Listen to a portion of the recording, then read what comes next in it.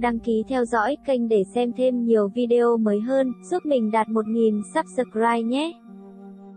Từ sau khi Phạm Thừa Thừa nói Nghê Ni là hình mẫu của mình trong chương trình thì phía Nghê Ni đã nhân cơ hội phát bản thảo hâm nóng.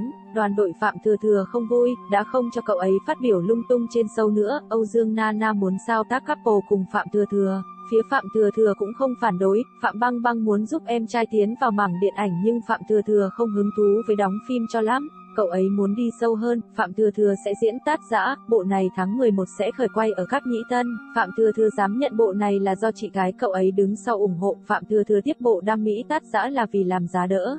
Bởi vì nhà đầu tư phía sau đồng ý sẽ giới thiệu cho chị của cậu ấy một số tài nguyên khác. Tát Dã hậu kỳ có thể sẽ bị chỉnh sửa rất nhiều. Tuyến tình cảm của hai nam chính đều phải thay thế, đổi thành hai nam chính cùng thích một nữ chính. Thẩm Nguyệt đang tiếp xúc vai nữ chính này. Thẩm Nguyệt không mượn được lễ phục của các nhãn hàng cao cấp, vóc dáng của cô ấy chính là nguyên nhân khiến cho rất nhiều nhãn hàng không muốn cho cô ấy mượn.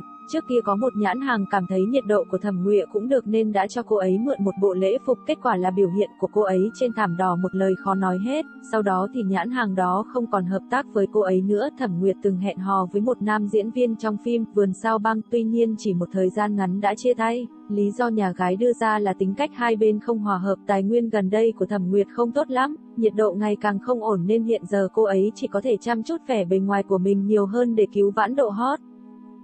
Trương Tân Thành sau khi quay xong lấy danh nghĩa người nhà đã nhân cơ hội mua số liệu, lấy được vài đại ngôn, gần đây những đại ngôn đó lần lượt được tuyên, nhưng không đạt được doanh số bán hàng. Bị kim chủ Ba phát hiện cậu ấy bạo ảo, hiện tại có mấy nhãn hàng tìm công ty của Trương Tân Thành giải ước trước thời hạn. Trương Tân Thành có bộ phim lên đài nhưng cũng sắp tiêu rồi. Trương Tân Thành ký, Đọc Thầm và Ngày Đó Biến Thành Em, đoàn đội cũng đã cân nhắc kỹ lưỡng. Trương Tân Thành gần đây tiếp xúc với Đọc Thầm.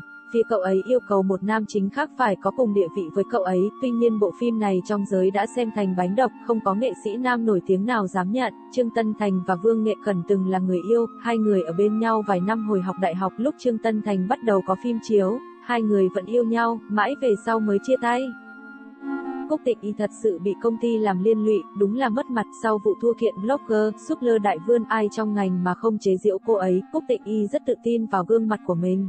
Bình thường cũng phát không ít bản thảo tuyên truyền, cô ấy cũng thích lên mạng tìm những thứ liên quan đến bản thân, nhìn thấy những lời khen thì sẽ rất vui. Từ năm 2021 Cúc Tịnh Y sẽ đơn độc lấy danh nghĩa phòng làm việc để công tác hoàn toàn do cô quản lý, cho nên trong thời gian này vẫn còn không ít bản thảo tiêu cực. Lần này Hứa Giai Kỳ đã được công ty dốc sức push, nguyên nhân là vì công ty không ký tiếp với Cúc Tịnh Y nữa. Hơn nữa Hứa Giai Kỳ khá biết nghe lời, cấp trên dường như cố tình push để cô ấy và Cúc Tịnh Y thêm tính cạnh tranh đi. Cúc Tịnh Y sắp kết thúc hợp đồng với công ty. Đoàn đội của cô ấy có thêm không ít người mới, nhân viên do công ty cử đến cũng bớt đi nhiều rồi. Cúc Tịnh Y thật sự đang nằm trong danh sách đen của vài thương hiệu.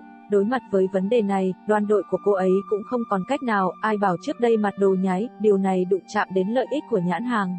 Thương hiệu không cho vô danh đen mới lạ. Lúc đầu Châu Khiết Quỳnh và Cúc Tịnh Y nhiệt tình PR tình chị em, nhưng gần đây đoàn đội Cúc Tịnh Y phát hiện đoàn đội Chu Khiết Quỳnh âm thầm đẩy bản thảo đen của mình khiến mối quan hệ hai bên tan tành. Có nhãn hiệu thời thượng đang khảo sát Cúc Tịnh Y và Tống Tiến, chọn một trong hai, đoàn đội Cúc Tịnh Y lại bắt đầu tuyên truyền hình tượng mỹ nhân cổ trang. Cũng đúng lúc tranh thủ tạo thế cho bộ phim mới, không thể không nói, Cúc Tịnh Y khá thích hợp với tạo hình cổ trang, nhìn rất đẹp. Quan hệ của Trương Chiết Hạn với Cúc Tịnh Y khá ổn.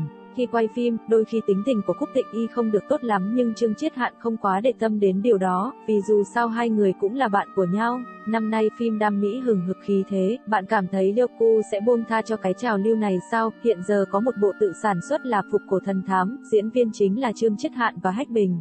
Phim tra án mặc dù ít người nhưng tỷ lệ bạo trong số mấy bộ phim gần đây cũng không nhỏ. Bộ phim Đam Mỹ Thiên Quan Tứ Phúc, đạo diễn là Trần Gia Lâm, đạo diễn Trần Tình Lệnh. Bộ này sẽ có rất nhiều idol tham gia. Trước đó Hầu Minh Hạo muốn nhận nam chính trong bộ Đam Mỹ cải biên Thiên Nhai Khách nhưng không thành vì Triệu Vi push Trương Chiết Hạn nên giành mất. Bây giờ đang tiếp xúc Thiên Quan Tứ Phúc, có khả năng cao sẽ giành được vai diễn.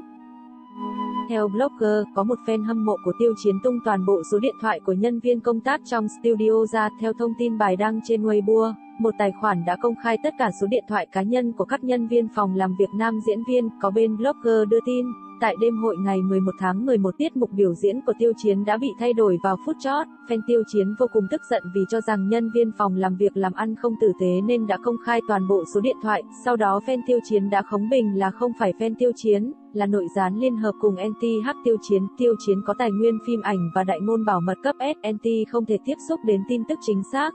Đoàn đội Tiêu Chiến trước đây từng thử đi xã giao nhằm đẩy rớt giải cây chổi vàng, bên kia ban đầu đã đồng ý nhưng phút 90 lật kèo. Theo thông tin mới nhất trên Weibo, bộ phim Đấu La Đại Lục chuyển thể từ tiểu thuyết cùng tên của tác giả Đường Gia Tam Thiếu với sự góp mặt của Tiêu Chiến và Ngô Tuyên Nghi đã lấy được thẻ cấp phép lên sóng. Dự kiến bộ phim sẽ được phát sóng độc quyền trên Tencent vào cuối năm nay. Bộ phim huyền huyễn Chu Nhan muốn mời Tiêu Chiến và Dương Siêu Việt đóng chính, có điều không biết hai người có tình nguyện hợp tác không?